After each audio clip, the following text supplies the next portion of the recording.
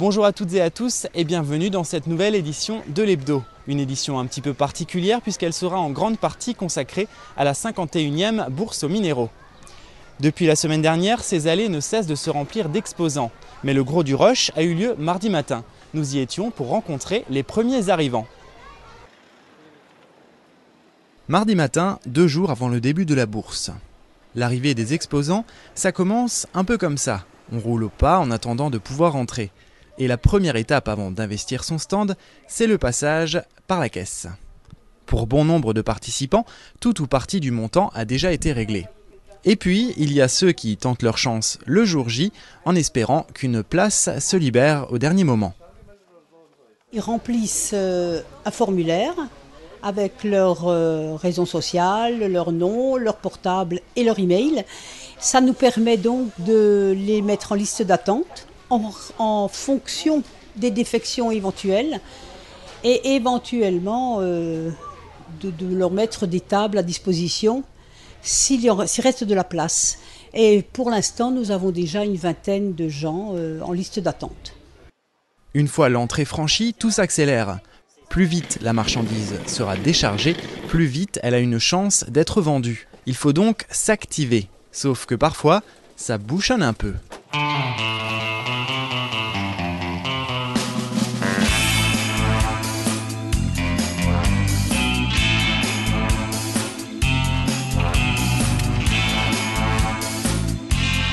Sur les 1000 exposants présents, il y a forcément de nombreux habitués. Et pour eux, pas question de s'y prendre au dernier moment. Certains exposants arrivent la semaine précédente, histoire d'être prêts à temps.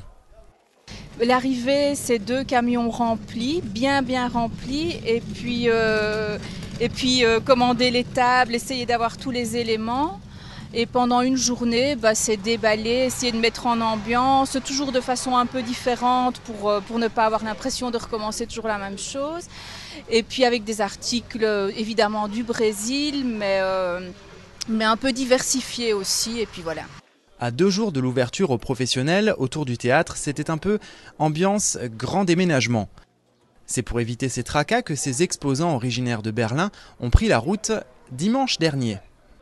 On est arrivé dimanche pour prévoir justement de pas trop cafarder avec les voitures et pour pouvoir décharger le plus vite possible et faire l'installation parce qu'après ça arrive en masse et donc voilà, ils ont été très sympas, ils nous ont laissé rentrer, on a pu s'installer à notre aise, ça s'est bien passé.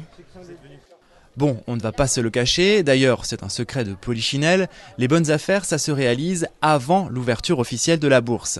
Alors oui, arriver plus tôt ça permet d'éviter la cohue, mais surtout ça fait gagner des sous. Notre système c'est la vente par carton surtout, et là on dispatche les cartons et on vend par carton, c'est les pierres qui viennent de Madagascar. Dès que la marchandise arrive, les clients ils sont arrivés pour là on arrête, ça n'arrête plus depuis hier matin. Hein. Dès que la marchandise est là, il y a déjà les habitués qui savent qu'on est là, alors ils prennent. Et là ça n'arrête pas. Je m'arrête un peu parce que vous êtes là. Plus que quelques jours pour faire du business. Dimanche soir, il faudra déjà songer à ranger tout le matériel. Avec, pour tous les exposants, un seul et même objectif, que les cartons soient plus légers qu'à l'arrivée. Du côté du parc Jules Simon où nous nous trouvons actuellement, une étrange exposition fait beaucoup parler d'elle. Il s'agit d'une expo dédiée aux gogottes.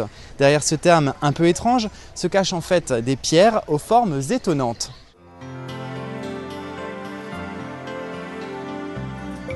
Chaque année, à Minéral et Gemmes, les visiteurs ont pour coutume de découvrir des minéraux aux formes abruptes et aux couleurs plutôt clinquantes. Et cette année, ils seront surpris par une toute autre sorte de pierre. Il s'agit là de gogottes. Ces formes minérales de couleur blanchâtre aux formes arrondies et parfois amusantes sont le sujet d'une exposition présentée par le collectionneur Norbert Jougounou qui a réuni les plus beaux spécimens existants.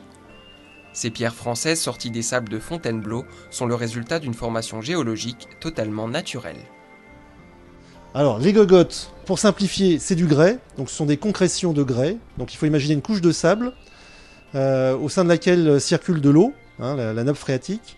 À certains moments, l'eau, elle se charge en silice. Donc elle mange un petit peu le sable dans lequel elle circule. Et à d'autres moments, c'est le contraire. La silice devient instable et se dépose un petit peu selon le même principe que la formation des stalactites ou des stalagmites dans les grottes.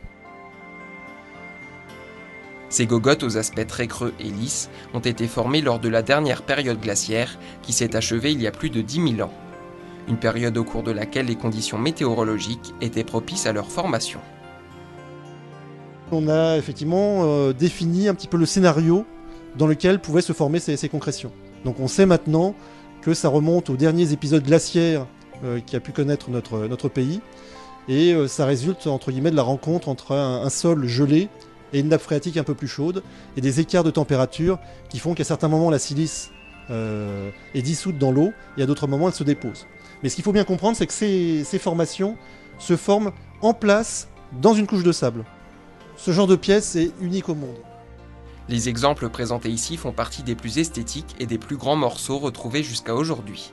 Cela faisait près de 30 ans que l'on n'en avait pas vu de pareille taille dans une bourse. En général, ces pierres rares et remarquables se retrouvent plutôt dans des collections privées ou dans des musées minéralogiques.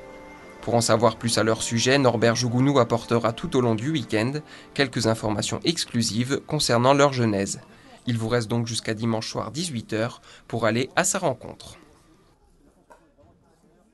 Depuis hier, les organisateurs de Minéral et Gemmes proposent une série d'ateliers dédiés aux enfants de maternelle ou de primaire. L'objectif, leur faire découvrir les sciences de la Terre, qu'il s'agisse de paléontologie, de géologie ou de préhistoire. Si à Minéral et Gemmes, les ateliers pédagogiques ne sont pas une nouveauté, il n'y en a en revanche jamais eu autant.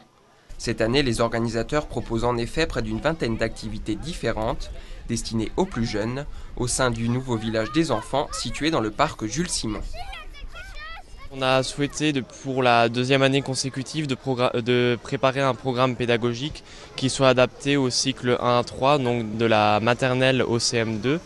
Et donc l'enfant participe à toutes les activités, donc ça peut être de l'orpaillage, de l'initiation à la taille de silex, des ateliers vraiment pratiques et qui sont adaptés vraiment à son niveau et qui sont parfois en rapport avec son programme pédagogique, donc en lien vraiment avec ce qu'il voit tous les jours à l'école. Pour sensibiliser ces enfants aux richesses de la Terre et coller au programme de l'éducation nationale, ces ateliers sont exploités sur les 3 cycles scolaires. Pour assurer l'encadrement de tous ces enfants, chaque classe est accueillie par un étudiant guide qui les accompagne et les informe sur des thématiques comme la géologie, la paléontologie et la préhistoire. Alors là, sur ces 2 jours, nous allons accueillir à peu près plus de 1300 enfants, donc 64 classes qui viennent de toute l'Alsace et des régions avoisinantes. Donc on accueille 32 classes par jour, en gros. Autre nouveauté encore pour compléter ces journées pédagogiques, les enfants de ces écoles ont pu découvrir cette année l'ensemble de la bourse aux minéraux au travers d'un circuit éducatif et ludique mené par des étudiants des écoles partenaires. Au terme de ces 2 journées, la plupart des enfants ont pu repartir avec un petit sac contenant gemmes, minéraux ou fossiles, histoire de garder un souvenir et, pourquoi pas, d'instruire leurs parents à la minéralogie. Depuis le week-end dernier, un groupe évangélique de gens du voyage occupe illégalement des prés attenants à la RN 59 à hauteur de Bois-l'Abbesse. Au total, ce sont près de 80 caravanes qui se sont installées sur des terrains privés appartenant à la famille Adrian, à la famille Pierre et à Bertrand Burger. Ce dernier n'a pas souhaité porter plainte pour le moment, ceux-ci ayant promis de repartir dimanche sur les coups de 13h. Même s'il y a bien occupation illégale des lieux, un recours en référé est impossible car il n'y a aucune structure qui puisse les accueillir en Alsace, l'aire de Sainte-Croix-en-Plaine ne disposant pas d'électricité. La municipalité de Lièvre a fait intervenir le syndicat des eaux, le SDEA, pour installer temporairement un compteur d'eau afin que ces résidents temporaires payent leur consommation. La commune a également mis une benne à leur disposition pour qu'ils puissent débarrasser leurs déchets. La situation est d'autant plus délicate que des travaux sont prévus entre l'ancienne voie ferrée et l'entreprise Hartmann, nécessitant une déviation de camions sur la voie qui longe le camp de gens du voyage. Dimanche dernier s'est tenu le premier marché artisanal et gastronomique dans la cité Collieuvre. Un marché organisé par l'association Sport, Culture et Loisirs en Val de Lièvre. Plus de 28 exposants ont répondu présents et ont pris place rue des Grands Jardins sous une belle journée ensoleillée. L'initiative est née d'une envie d'animer le village et de promouvoir le savoir-faire et la production locale. Gourmets et gourmands ont pu découvrir tout un tas de saveurs et de produits artisanaux. Ils étaient nombreux par exemple à goûter la confiture de griotte, du miel ou des sirops faits maison. Des animations musicales ont également agrémenté cette journée et les visiteurs pouvaient découvrir des tableaux originaux de coqs, peints à la main de l'artiste Rombéchat Jean-Paul Châtelain.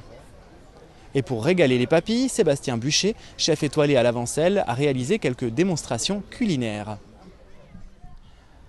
À quelques semaines des grandes vacances, samedi dernier, le collège Jean-Georges Rébert de Sainte-Marie-aux-Mines a organisé sa traditionnelle journée porte ouverte. L'occasion pour les professeurs et les élèves de présenter leur travail aux futurs collégiens, mais aussi aux parents. À travers de multiples ateliers, tout un chacun pouvait venir découvrir les différentes matières proposées dans ce collège. Les sciences étaient mises à l'honneur avec des ateliers et une présentation des ouvrages réalisés au cours de l'année. Entre 10h et 16h, élèves et parents ont pu également assister à différents spectacles. Le collège de Sainte-Marie-aux-Mines propose quelques matières spécifiques à ses élèves. Le théâtre bilingue et une représentation de gymnastique étaient à l'honneur.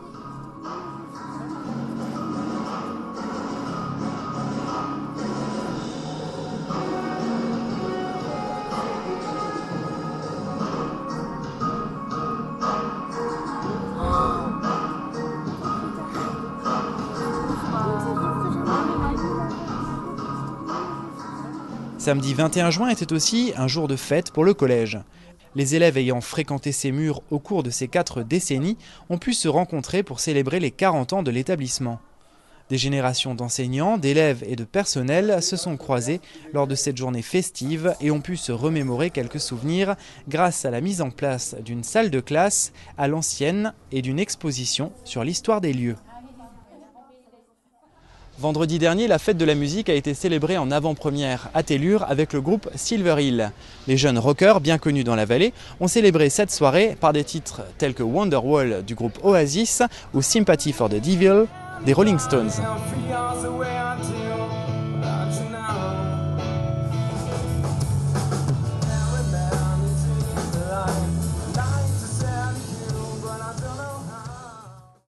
Et samedi, pour sa 33e édition, la fête de la musique a été l'occasion d'animer un petit peu le centre-ville de Sainte-Marie-aux-Mines.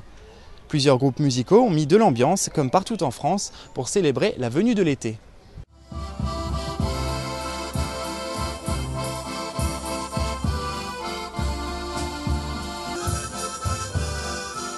Place Prans-sur-Eux, c'est l'accordina 1936, dirigé par Claude Schmitt, qui a fait résonner le son de ses accordéons. Le répertoire, riche et varié de l'orchestre, comporte bon nombre de morceaux classiques, mais aussi de nombreuses partitions plus festives.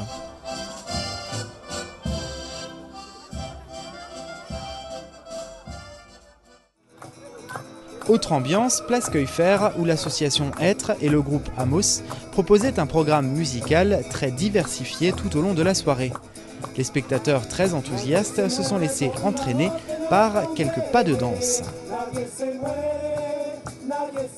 Enfin, place Foch, jeux de lumière et mix sonore ont enflammé cette soirée avec Davis DJ Mix aux platines.